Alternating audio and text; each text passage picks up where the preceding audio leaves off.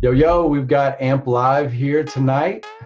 What's going on? Good to have you, man. Thank you for making time in your busy schedule to talk to me. And, I'm a big fan. I think we first met in person. You showed up to Barcelona one night. Was it South by Southwest? Nah, this is when I was living in Austin, actually. Oh, that's right. And I was like, oh shit, Amp Live's here. This is dope. I was super stoked. I've been following your career since, I went to college 1998 to 2003 and really got into hip hop, and Zion I was always a big influence for me, and the beats always stuck out. I didn't at the time really, know your name, but I definitely, figured it out later on and was like, oh shit. So appreciate that. Yeah, man. So it's an honor to have released some of your music. I mean, you've done remixes and other things with us, but to have a real solid EP on Gravitas is huge.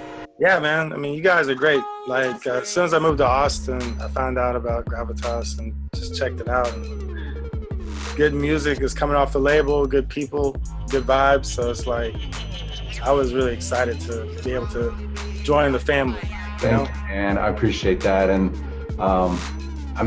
looking at your career over the years, it's really impressive. And I think it's a testament to your creativity and versatility, working with people like Bass Nectar and Minnesota, Too Short. This project that you did, Revolution, is that how I say it? Yeah, Revolution. I work within the reggae band. Yeah, so it's, Gifted Gab, all of these guys across the, and that's something that I want Gravitas to embody, is like not worrying about genres, just making good music and embodying that spirit. And so again, like, you are a perfect fit, a perfect artist for what we want to be pushing, putting our time and our energy into. So tell me about how the Radiohead project came about, because that's something that I don't even know that story. I've always been a huge Radiohead fan, and like when they came out with the In Rainbows album, which is about 10 years ago, they were doing something revolutionary by releasing it for free. Yep. And, I just thought that was super cool. Like, not too many groups had done that of that capacity. They were that big. They hadn't done that up until then. So when they released In Rainbows, I took one of the songs and did a remix of it. And this was like 2005 or 6, maybe a little bit later. I had been in Zion I. We were probably deep in at least 4 albums. So we had a fan base. The hip hop world knew about us. So when I did the remix, the hip hop cats, downloaded it, like, dope. And it kind of started buzzing on the internet. But I think to the rock side of things and like to the rock blogs, they didn't know who I was. So when they saw this traction, they picked it up, and they kind of presented me as like this bedroom DJ, like, this kid who's doing these remixes is tight. So Pitchfork picked it up, and then from there, like, everybody was on it. So they were like, you should just do the whole album. And I was like, cool, because I was such a big Radiohead fan. Yeah. So I was already working with Too Short and like Dell and all these people. So I was just like, yo, let's do something cool. Let me get you guys on the song. And, again, on the hip hop side, it's like, we had just had Dell on the last Zion I album, but to the rock people, they're like, you got Dell? Oh my gosh. Yeah. So when we did it and I presented it, like, it really, really took off. And Radiohead, their publishing company, got wind of it, and they gave cease and desist. And basically, Pitchfork responded back to it and was like, you guys are whack. They put out a free album. I wasn't even saying anything at that point. Damn. And it kind of just rolled from there. And then their management responded, which made it really official. Yeah. So they were just like, basically, if you get everybody to clear their verses, then Radiohead will put it out. Again, they thought that I was just some bedroom DJ. Right. So I was like, okay, cool. So I just within a week, I got everybody to sign off on it, and they got it back, and the group was like, cool. So they ended up putting it out. So it was the Rainy Days remixes. You know? Love it, man. That is so cool. I like the name too. Yeah. Yeah, and I think that shows how Radiohead really had their head in the right place and how they're forward thinking about where music was going and Yeah. You know, not getting caught up in so much about the money and just really letting the music, you know, thrive and be heard and be exposed to all these different people, like you said. Yeah. They've always been a push forward type of group. So Absolutely. That was, and they generally liked it. So it was their team which had a problem with it. So that made me feel good. Yeah, major label stuff. So Yes. let's talk about the release Atmosphere. I had a lot of fun working with you. You know, it's been you know probably what 5 or 6 months kind of in the process. You've been done with the tunes for a while, but we've been working on the art and stuff. Yeah. What any tracks to you that stand out that are your like personal favorites or you know, ones that have a cool... I did Gravity first, and that kind of set off the vibe that I wanted. I was making it, and I just did a little Instagram of me making it, and it got a huge response. So I was just like, okay, people like this, you know. So I kind of just went from there and just did it song by song, and you know, it's just kind of my spin on like bass and future bass music and that type of thing. So you know, I don't know. It just turned into what it was. Yeah, it's got a lot of different. You know, each song is for me a lot. There's a lot. You know, each one is pretty unique, but there is this thread of this sort of like LA beat maker, West Coast future bass sound. So I'm definitely a fan of it. We've been jamming in the office all week. So. Nice. Yeah. Well, definitely appreciate that, and it's been getting a really good response, especially from some of the Gravitas family. So for sure. I think, I'm really happy about that. Definitely. Talk to me about working with Eli and like your relationship. You guys you're kind of a duo. I know you've done shows together. You've done albums together. Yeah, we did the Therapy of Three album. Yeah. Eli's the homie. Just he's been in the music industry actually longer than me, so it was an honor to really start working with him back in the day, and we kind of just had a natural bond. Most of the people I worked with were pretty much friends, and then we just do music. Even like with Bass Nectar, like I've known Bass Nectar, man, I've known Bass Nectar since like, 2001, 2002. Like, wow. When he first put out, I did a remix of one of his first releases. Like, this is back in the Burning Man days. Yeah, that's amazing. Lauren's been the homie for a while, and kind of, you know, and we just do music. Like sometimes I do music with some of these people, and like we don't even put our names on stuff. We'll just work with each other, you know. Yeah. With Eli, you know, it's the same thing. He'll drop vocals for me and stuff, you know. Like people, I mean that ugly song that Lauren put out, Bass Nectar, like that's Eli all on it. And I mean, he got credit for some of it, but some of the stuff people don't even realize. Yeah, that's cool. I didn't realize that. That's very nice. Yeah. Yeah, and I follow you on Snapchat, which I think, and Instagram, and I think, I mean, honestly, you have one of the more interesting story and timelines of some of the people I follow, and it's like, that's cool. Yeah, well, you know, one time you're with your kids, and sometimes you're in the studio, and it's just that's cool. Or you're in class. Oh yeah, and we didn't really hit on that. Like, you also teach at LA Film School, right? Yeah, I do classes a couple times a week, and I'm basically just talking to students about being an artist. It's a production program, so by the time they get to me, they're about to graduate. They know how to make music, so I'm just talking to them about how to get a manager, book an agent, just really how to make themselves an artist in this industry, because it's really important. Navigate that whole thing. Yeah, it's a lot. You know, we've been starting, you know, this new project Gravitas Create, and kind of similar idea. Like let's make it really document and explain what it's like to work in the industry so that people can avoid those pitfalls. And I get people sending me demos and they're not labeled, or they're hitting me on Facebook Messenger, and I mean, you'd be amazed, right? But I'm taking that. I spend a lot of my time, talking to one person trying to teach them how to send a proper demo, and I'm like, man, I got to get this. Write a proper blog post, get this stuff out there, So props to you for teaching and spreading that knowledge, sharing that with those kids in LA. I know you and I you've had me talk to the classes definitely. which has been awesome. Yeah, you've been awesome with that.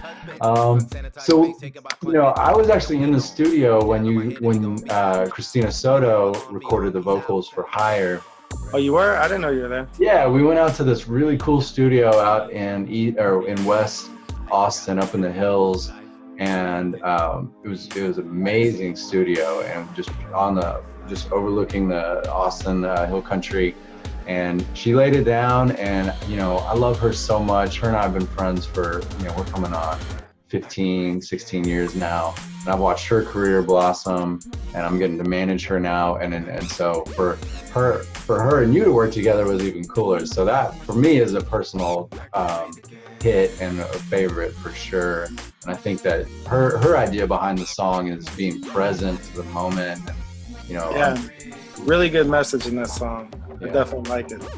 So I've never really heard that. I mean, I don't know, that kind of take on it was really cool.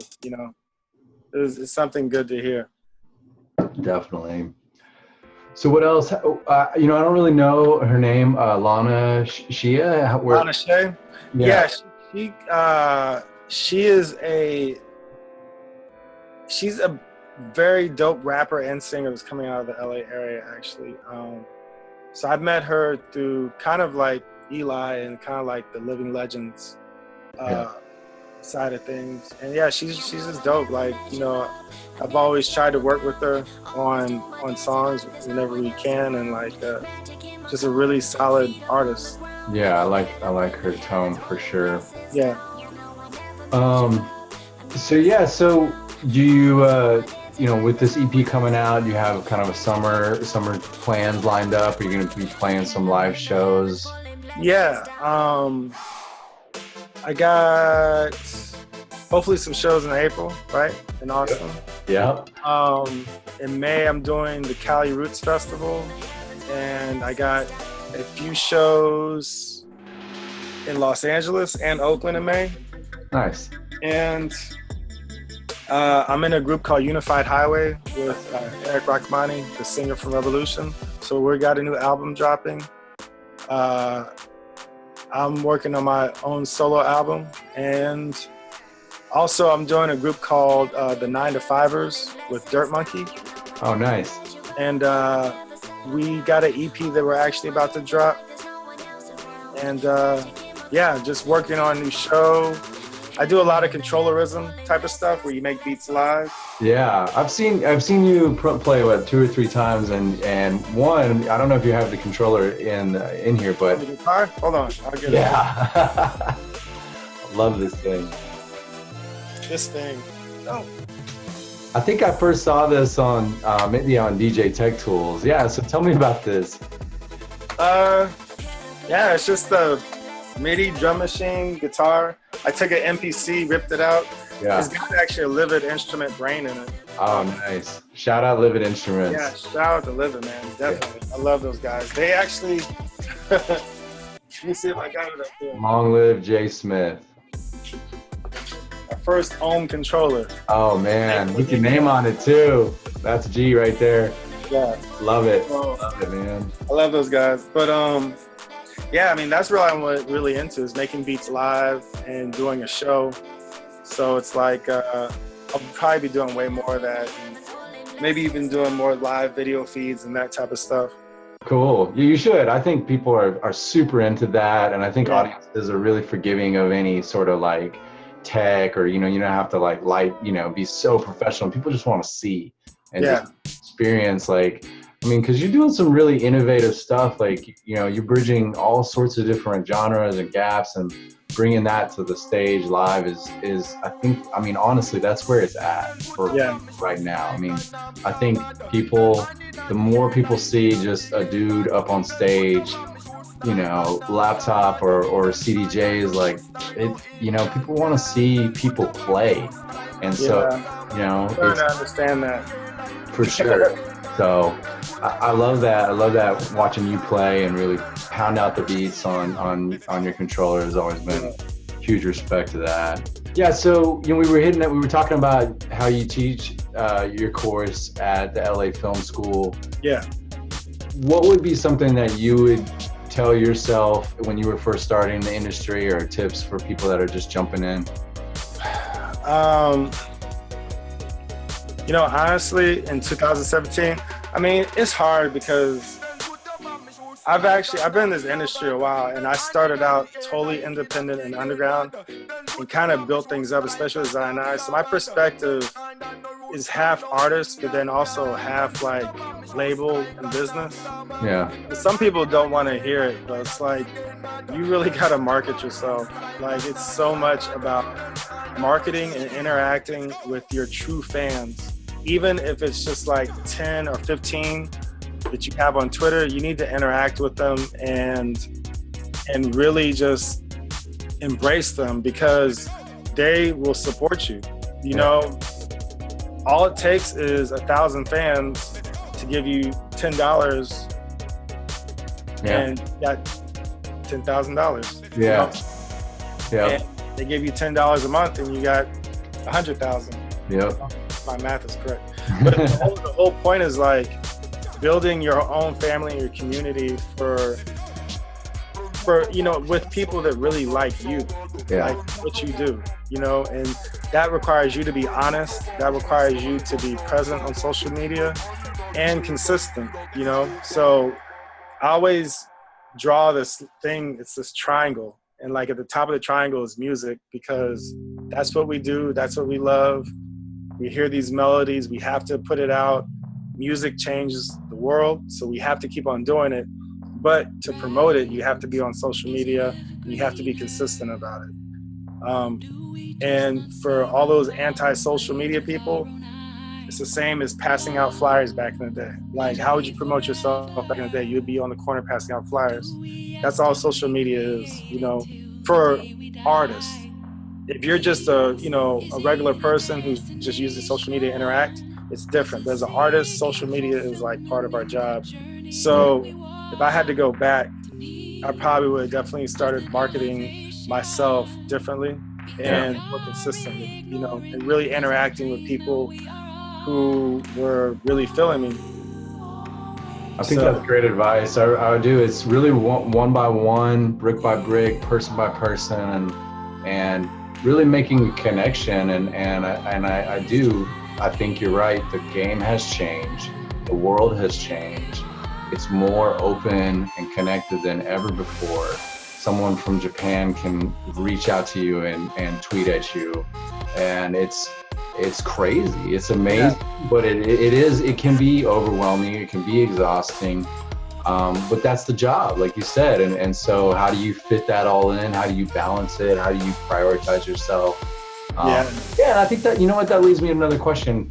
You are doing a lot, man. You just named off like 10 projects and EPs, and so how do you and man, you got a family and you still play shows, you're out, you know, like, how do you balance all this stuff? What's at this point, it is no balance. It needs to be balanced. I'm working on it, man. I just I don't know, man. I've always been into a lot of stuff, and I don't know if it's a curse or a blessing, but that's why, like, with this EP, it just goes all over the place, because I like every form of music, and I've been like that. And before, like, the whole iPod generation and all that came, I was always doing different stuff. Like on the Zion I albums, we were doing drum and bass and hip hop, that type of stuff. And it's just, I'm just into different stuff. So it's like, I've been trying to consolidate it a little bit more and just have everything a little bit more streamlined. But I don't know. I just like doing stuff. I love it, man. My dad has a saying, and he says this to me too, and I sympathize with you because I have 3 businesses, and sometimes I'm just like, what am I doing? But I love it. I wake up in the morning, I'm like, yes. And he says we're addicted to doing epic shit, and I think you are absolutely addicted to doing epic shit. So props. Was your dad like that too? Oh yeah, dude. Yeah. He's almost 70, and he just started this company to make a whole new way of making wood for guitars. Oh, dude, yeah. Pressure cooking. That sounds like what we're gonna be. Oh. Yeah, bro, I love it. So I mean, you know, Company at 70 years old. Yeah, What happens if that blows up? So we can only hope, right, man? I hope that I'm still kicking at 70 and just being like, what's next? What's next? That's so crazy. Well, cool, man. Let's end it here. Once again, thank you so much for your music and your time and your energy. Yeah. And got any last words for your fans and people out there? Yeah. Just look out for more. Please hit me up on my Instagram or my Twitter, Facebook. Interact with me, please. And download that Atmosphere EP. Yeah. Enjoy it. Bang it out. Later, guys.